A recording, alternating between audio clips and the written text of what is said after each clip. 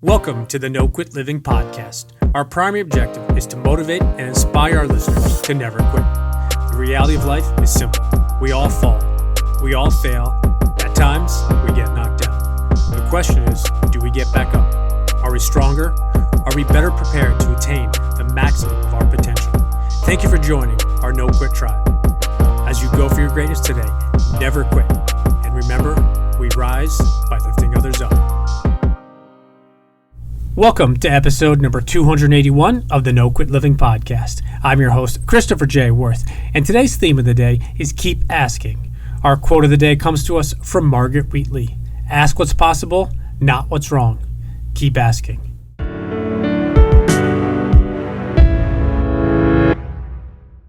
Before we jump into today's episode, I would like to remind everybody about our third We Rise by Lifting Others Up forum on July 22nd, titled The Power of Positivity. You can find the registration link and information all over our social media, or you can always shoot me an email at chris@noquitliving.com.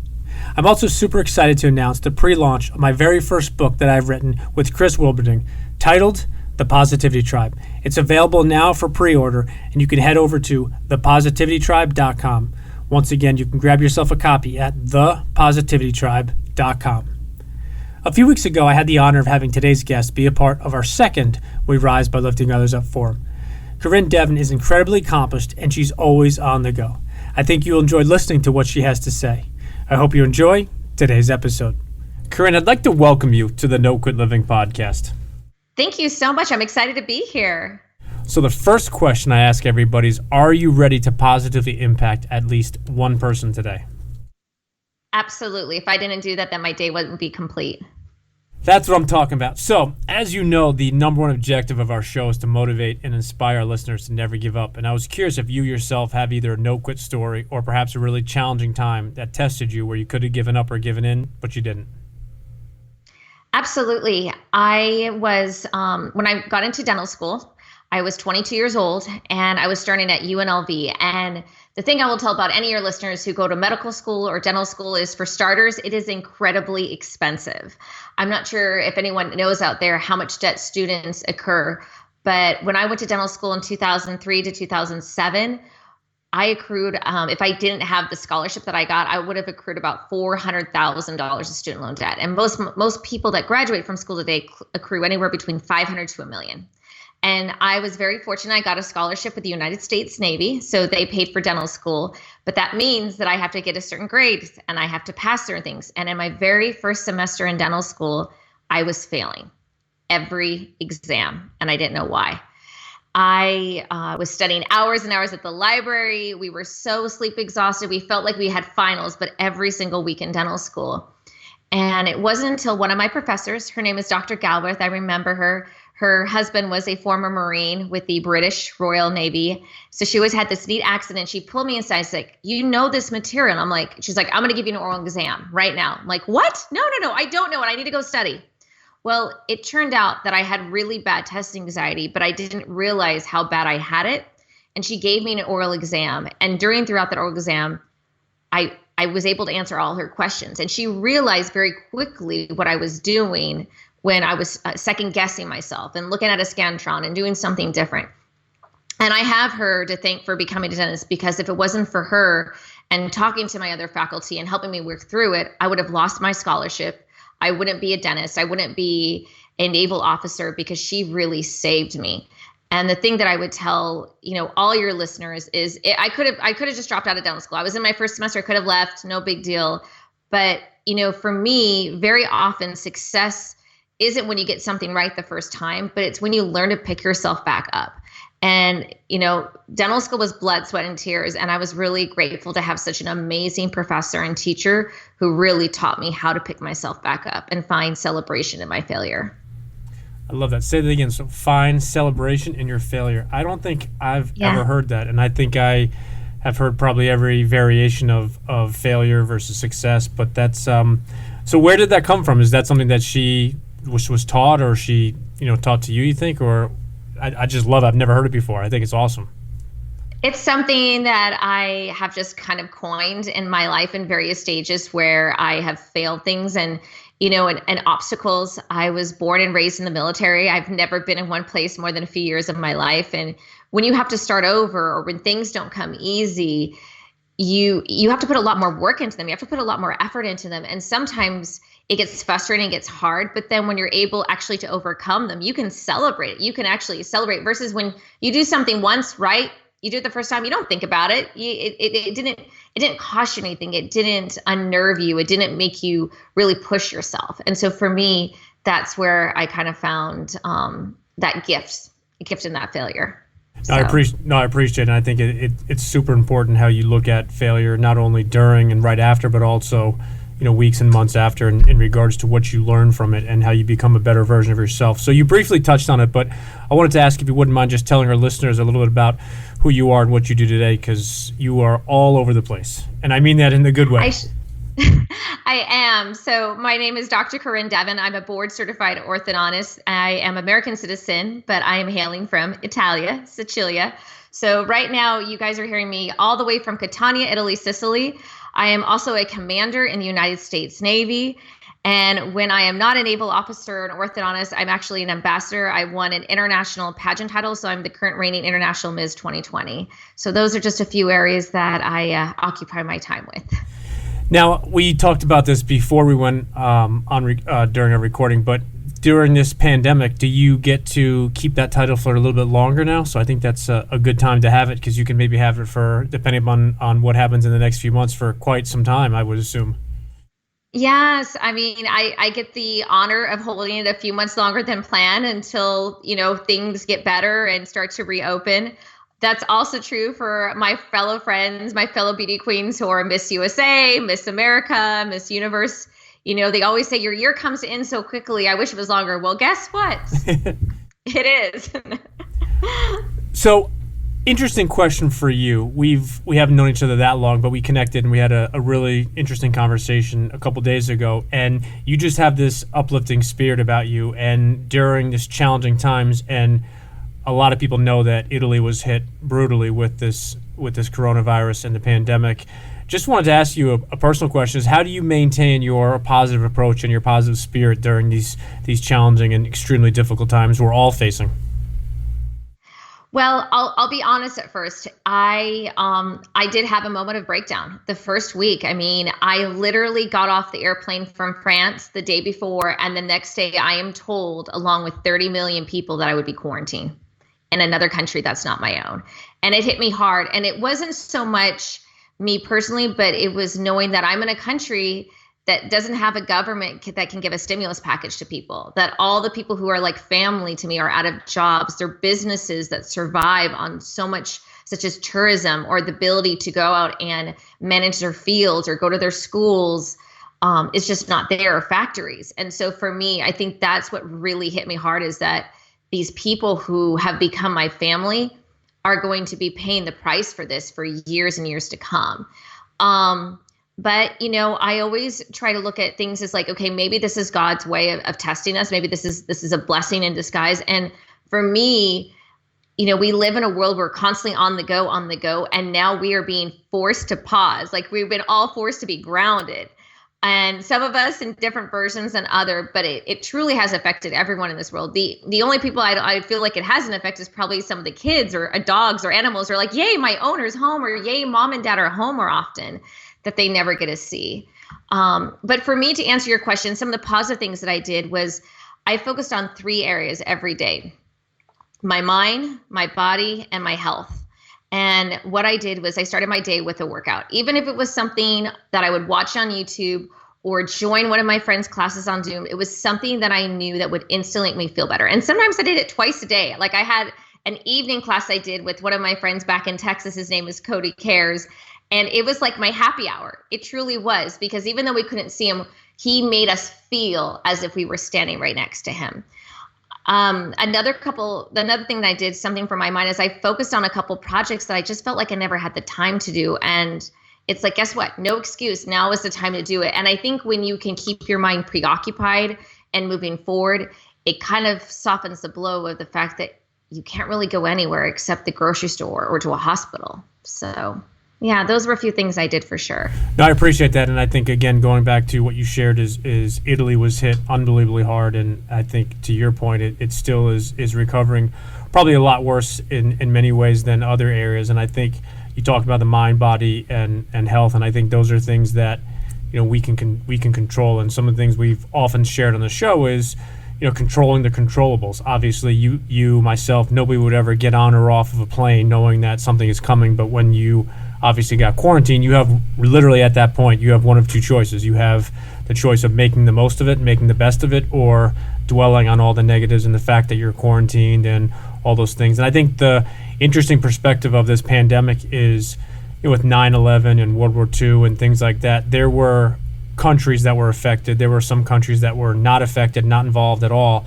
But this is something that's impacting everybody in some way, shape, or form. And I think, to your comment earlier, maybe animals and some young kids really don't understand it, but everybody else that's in kindergarten and above in the school system, to adults and parents, grandparents, we've all been impacted in many different ways. So I appreciate you touching on that. An interesting question we ask each guest is, if you had to define yourself but you could only use one word, what word would you pick? I would say that I have a couple, so I'm trying to debate which word it would be in my head, but it would probably be perseverance, actually, because I've not always been the smartest person in my class. I've never been the fastest person on a college, in a sport that I've played or in high school, but I'm the person who'll be there 4:30 in the morning and I'll stay till the very last person at night, because I will do everything I can and give it my heart to something. So yeah, definitely perseverance is what helped me. It's helped me get through dental school. It's helped me get through officer school, deployments, all sorts of things. All right, so I'm gonna call you at 4:30 in the morning your time tomorrow, so you better be up. Well, that will be actually 10:30 your time. So all if you want to do it, go for it. Yeah, right. So you can set your alarm clock. It'll be late for you, but that's fine. So we're always looking to add value to our listeners in different ways. And I was curious if you're reading anything currently, or perhaps you've read something recently that you'd like to recommend to our listeners. Yeah, I actually took a break from books to get into podcasts. Just because I like going to the library, and right now I can't go to the library to get books, and Amazon has been shut off to Italy for some time. Really? So, we haven't been able to get some books for a while. So, the books that I could recommend are kind of from the last year. They're not as current because we've been in lockdown a little bit longer than the States. It hit us hard the first week in March. So I would definitely say probably the books that come to mind was The School of Greatness by Lewis Howes.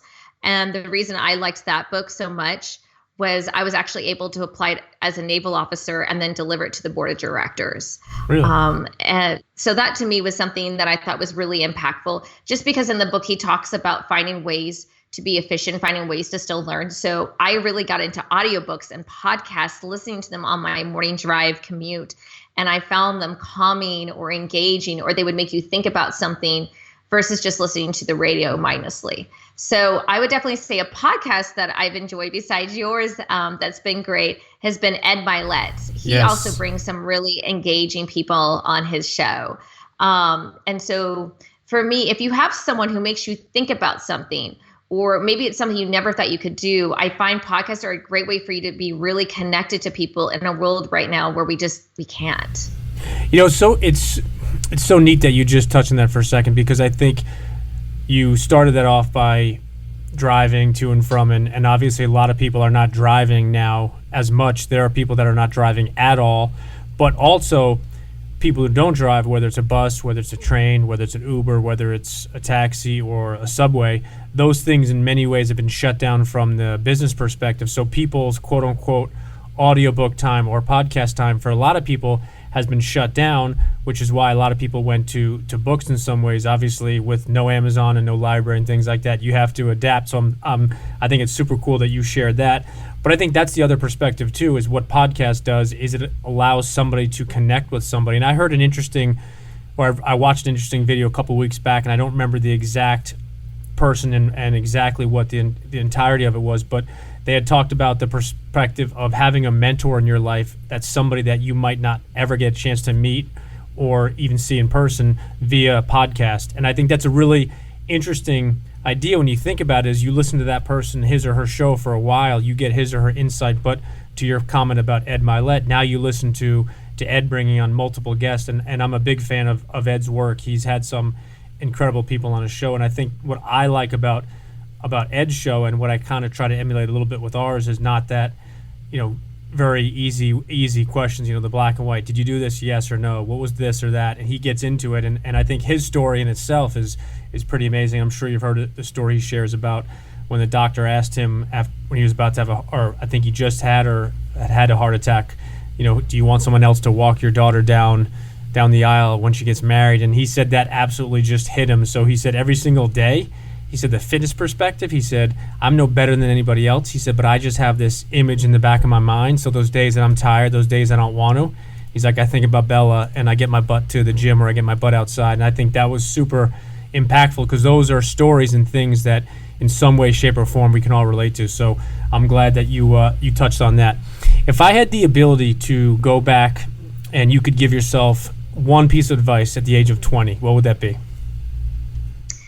To not care so much about what other people think, to not be so much of a people pleaser. I think when we're young, we want to fit in. We want to feel like we belong. We want to feel that we've been accepted so much by our peers.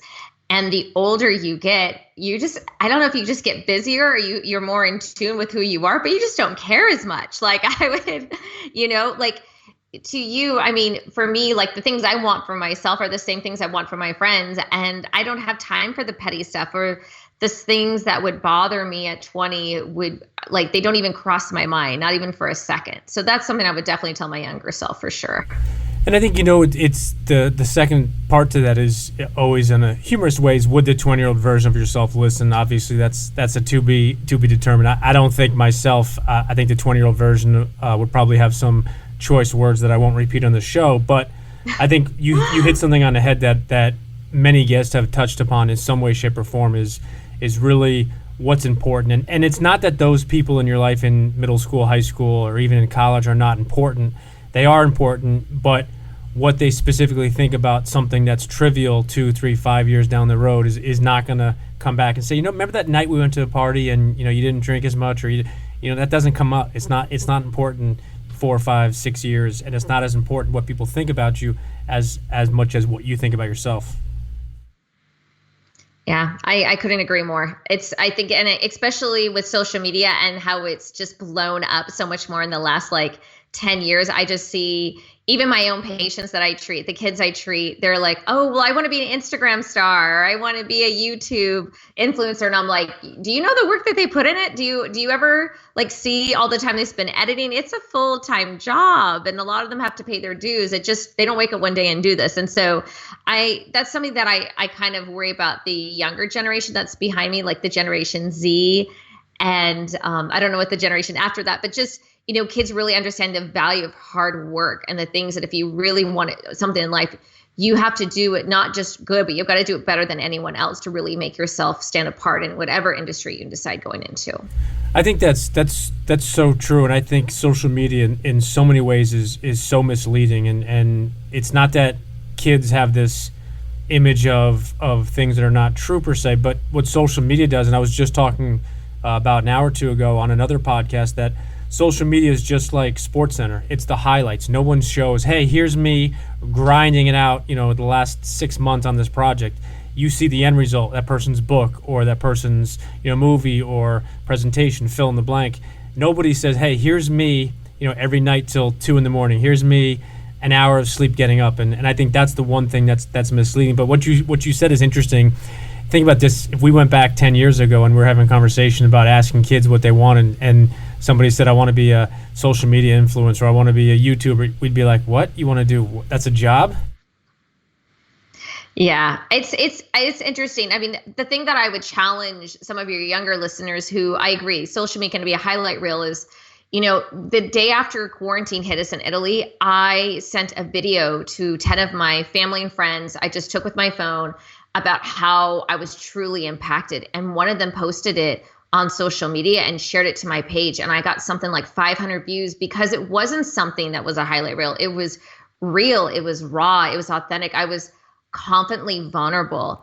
And I I wasn't upset that she shared it, but I had no idea, me looking into a camera and really letting people see who I was and the effect of what was happening. Because as Americans, and I'll say this as an American who lives in Italy, when I heard about the coronavirus in China, I didn't think about anything. And then it comes in Italy, like a bomb sets off, and my friends in the US are like, oh, we're fine. And it almost seems like it has to affect you for you to realize the full gravity of the situation. And I work at a hospital. I'm not sure if your audience knows, but I work at the hospital on a naval base in Italy. And I went to the hospital probably about 2 or 3 times a week. And there was a couple times where we got scared. And I think when I saw some of the strongest individuals break down and cry and really show the true emotions that they had, that's when I was like, wow, like you can't put a highlight reel on that, because to me there's no substitute. It would be fake. And so yeah, I would definitely challenge your listeners, the more confidently vulnerable they could be in their social media. I think they'd be really surprised how much people would appreciate it and welcome it. You know, I'm so glad that you said that, and I appreciate your candor, because to me, what I personally like watching, and I love Instagram because you can filter based on what you like, what you comment, what you share. It filters through their algorithms what you see, and your story of a video you posted completely raw and vulnerable getting 500 views, to me, those are the type of things I want to see, not the things of someone holding picture or standing in front of a car or a house. And it doesn't mean that I don't want people to be successful, because 100% I want people to be as successful as they can. But for me personally, I want to know, what goes into the no quit stories. I want to know when they were facing adversity, what got them through it, what books, what podcasts, what people were in their corner. So I think that's really important that you shared that. And I think it's great advice. And you said something that I absolutely love, and our listeners know, is almost every single episode I end my wrap up with a challenge. And I always challenge listeners, hey, do this, or I challenge you to this. And I love that word because I think it's so inviting, and it's also competitive in the sense of, this person challenged me. So whether it's sports, business, or life, we're all competitive. That's why social media has taken it to the level, and it's not even, I don't think it's even scratched the surface, but it's because people are competitive, not only with themselves, but with other people. So I think that was amazing advice is to our listeners is, be real, be raw, be yourself. And that's the thing I think I'm hoping during this whole pandemic and during the challenges and the very difficult times we have in the U.S. right now, or the last three to 4 weeks, I'm hoping that people are going to say, you know what, it's okay to have those celebrations. It's okay to have the highlight reels here and there. And I mean that by, if you work hard for something, it's okay to say, hey, here's an opportunity, or here's something I struggled with, let's celebrate it. But I think to your point is, hopefully we can get back to the more real perspective of, here's me, here's what I stand for, this is what I'm struggling with, this is what I need help for, would love to connect with somebody that knows this person, or hey, I'm thinking about launching a podcast, put out a real video and say, would love anybody's advice or suggestions that has a show if you have maybe 5 or 10 minutes. If I saw a video with anybody posting that saying, hey, I'm starting a podcast or thinking about it, would love to talk to some podcasters if you have 5, I would immediately send a DM to that person and say, hey, love to jump on a call. And I think that's the beauty of being vulnerable, is being real with yourself, but not so much for yourself, for other people. Oh, of course. And I always tell people, keep asking for help until you get it. Like if you're not getting help, keep asking. That's what I've always done. Hence perseverance. Keep asking for help until, I like it. That's the flip side of that. A lot of people say, once you get, a couple no's, you just, take a different angle. But the other side of that is you just keep going. That's the way I am. So I love that. If I had the opportunity to grant you dinner with anybody, dead or alive, who would you pick and why? Well, if I was going to say someone dead, I actually would like to have dinner with Clara Barton. Most people probably don't know who she is, but she founded the American Red Cross when she was 60.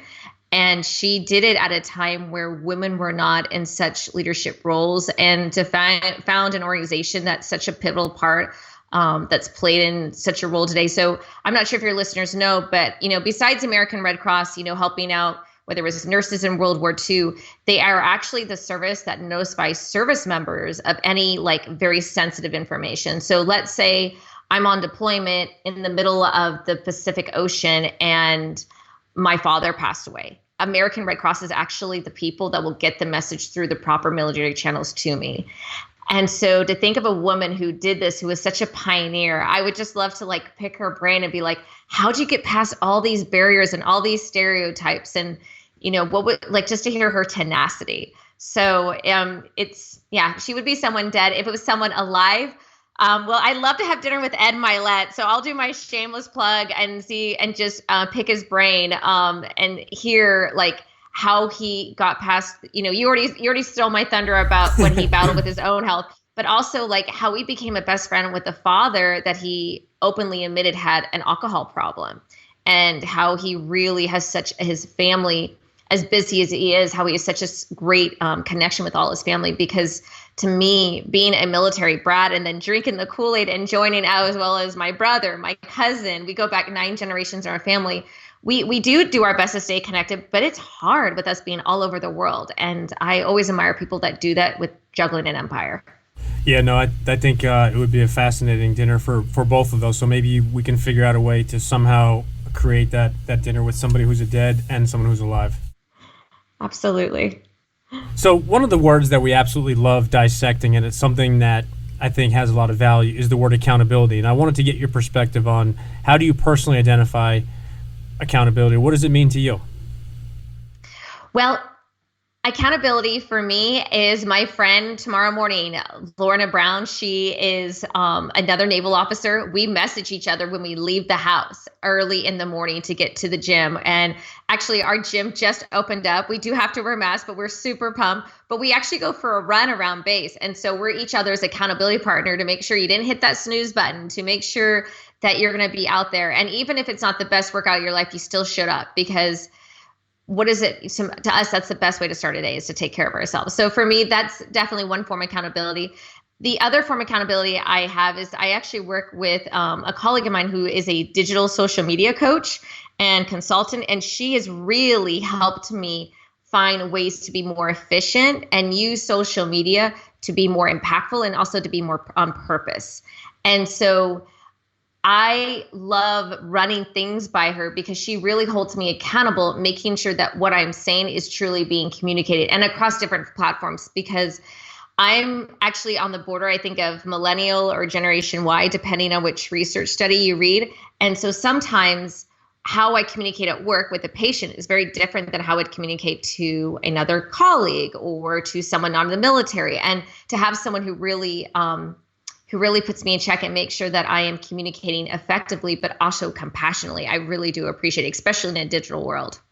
Yeah, you and I spoke about that word when we spoke earlier this week is efficient. And I think it's something that we talked about, systems and things like that. And I think it's a word that, it gets into the concept of working smarter versus working harder. And there's a bunch of different connotations and analogies with that. But I think the way that I like defining it is being as efficient as you can. So if you have somebody that can help you with this, or you have somebody that can teach you X, Y, or Z, as opposed to you spending 25 hours on your own, that to me is the true definition of being efficient.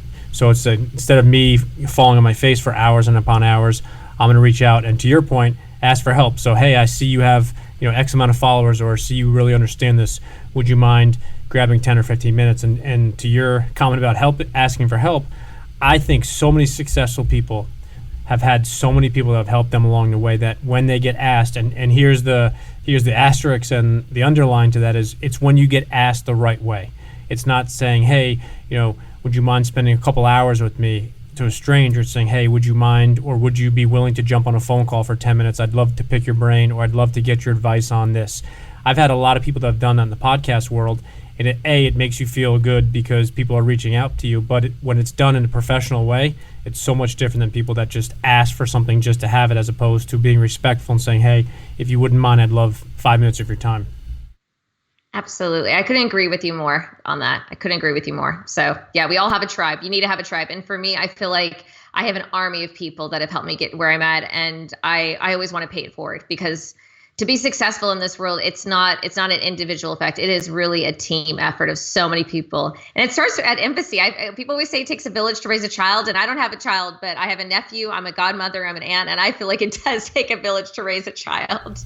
No, that's a great analogy. And I love the analogy of sports versus military is it's about a team, and it doesn't matter if it's, a high school team, a college team. obviously there are different levels of it, but it's people joining together. And it's the same about, it takes a village to raise a child, that you need all your team members stepping up. Some will step up in different ways, but the most successful teams, you identify: business, military, sports, the ones that when the time is there, they step up. So wanted to ask you if you wouldn't mind telling our listeners, what's the best way for them to connect with you? What's the best way for them to follow you and find out more about you? Absolutely. So you can find me on Instagram at Dr. Corinne Devin, and that's DrCorinne Devin. I'm also on Facebook at Dr. Corinne Devin, as well as YouTube and LinkedIn. And this week, your listeners will actually find me on an official US Navy account called US Navy _@the-helm. So that's something that's an official Navy account. And just a full disclaimer, these aren't just my views, they're not the DoD views, but I love doing these types of things because I want to show people that as a naval officer, you do not have to fit in a box. You can have passions, you can have hobbies, you can have things that truly make you a better person.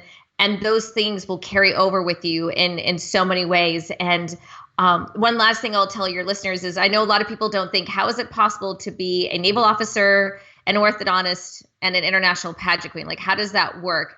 And one thing I will tell them is I'm in better shape for my competitions than I am for any military physical fitness test, hands down. Secondly, I learned how to walk in a meeting with a group of strangers and only have 3 to 5 minutes and make sure that I am memorable, relatable, and that they are thinking of me when the other 50 women are walking through the room.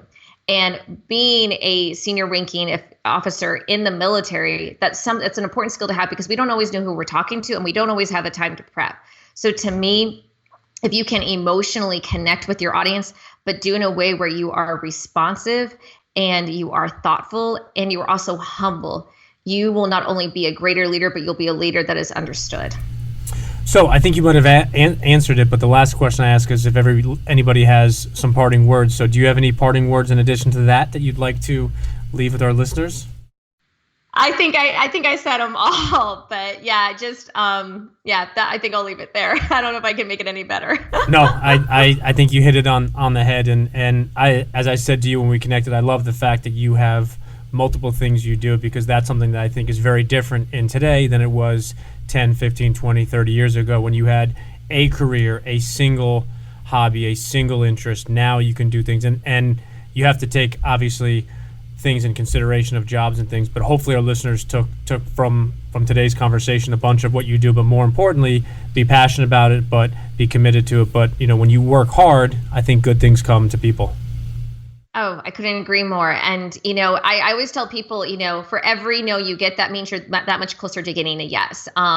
If I believed every person in my life who told me no, I couldn't do something, I wouldn't be in the Navy. I wouldn't be an orthodontist. I wouldn't even be on this podcast right now. So, I would definitely say, if you want something, you will help find a way to get there. And if you can't find a way, ask for help, because other people will help you get there. I love it. I think you just topped what you said before. So great way to end today's podcast. So I definitely hope that our listeners connect with you. And I know that you and I will connect again soon. Thank you so much for joining us today.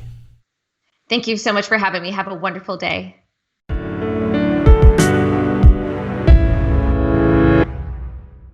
Thank you for listening to episode number 181. Something that Corinne mentioned a couple of times was asking for help, and to continue to ask for help until you get it. I think that is something that we all look at as a weakness, as opposed to a strength. Some of the most successful people from all different walks of life that we all look up to have gotten plenty of help along the way. So my challenge to you today is just that. Don't be afraid to ask for help. It might not be easy, and it might not be comfortable, but it could be extremely helpful. If you never ask, the answer is always no. And remember, we rise by lifting others up. And lastly, to our listeners, thank you. We truly appreciate your time, and we hope our episodes inspire you to keep on attacking life and never giving up. To quote Dr. Norman Vincent Peale, it's always too early to quit.